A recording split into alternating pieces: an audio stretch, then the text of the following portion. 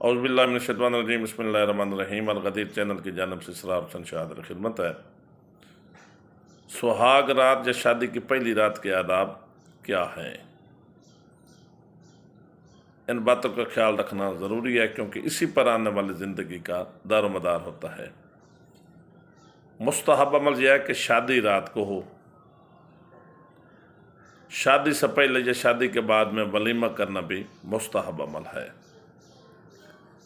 बीवी शौहर के घर में आ गई तो सबसे पहला काम यह है कि शौहर और बीवी, पहले शौहर बाद में बीवी, वुज़ू करके 2 रकत नमाज लल्लत ज़ुखाफ या शादी की पहली रात की नमाज, अपनी ज़बान में भी नियत की जा सकती है, कुर्बतन इल्लल्लाह कहना ज़रूरी है, और 2 रकात नमाज वो अदा करें। नंबर 2, इसके बाद शौहर बीवी की पेशानी पे हाथ रखे, किबला की तरफ रुख करके एक मखसूस दुआ है जो मैं डिस्क्रिप्शन में डाल देता हूँ, पढ़े। अगर वो दुआ ना भी आती हो तो अपनी खैर और बरकत के लिए दुआ मांगें। नंबर 3 जो अहम तरीन काम है, जिसे हमारे माशरे में मायूब समझा जाता है, लेकिन फरामीन मासूमीन अलैहिस्सलाम की रोशनी में उसके बहुत से फ़वाइद हैं जो मैं भी बता दूंगा। शौहर खड़ा होकर बीवी के पाँव धुलाए और उसका जो पानी है वो अपने सियन के हर कोना में डाल दे।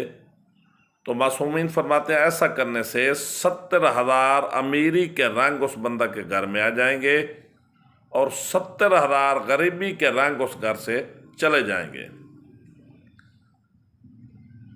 या दूसरे लफ्ज़ों में मैं इस तरह कहूँ कि इस तरह करने से उस घर में अमीरी आएगी, सियत आएगी, सलामती आएगी, बरकत आनी शुरू हो जाएगी, और उसी वक्त उसी घर से गुर्बत, अफलास, तंगी, सब कुछ बीमारी वगैरह उस घर से जाना शुरू कर देगी।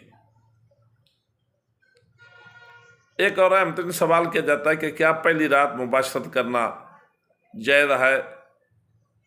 तो इसका जवाब यह है कि ज़रूरी नहीं है कि पहली रात मुबाशरत हर हाल में की जाए, लेकिन अगर की जाए तो फिर जायज़ है, इसमें कोई ममानियत नहीं है। मोमिन से दुआ है कि बंदा नचीद, बंदा के बच्चा, बंदा के वालिदैन को अपनी दुआ में याद रखें। वस्सलाम।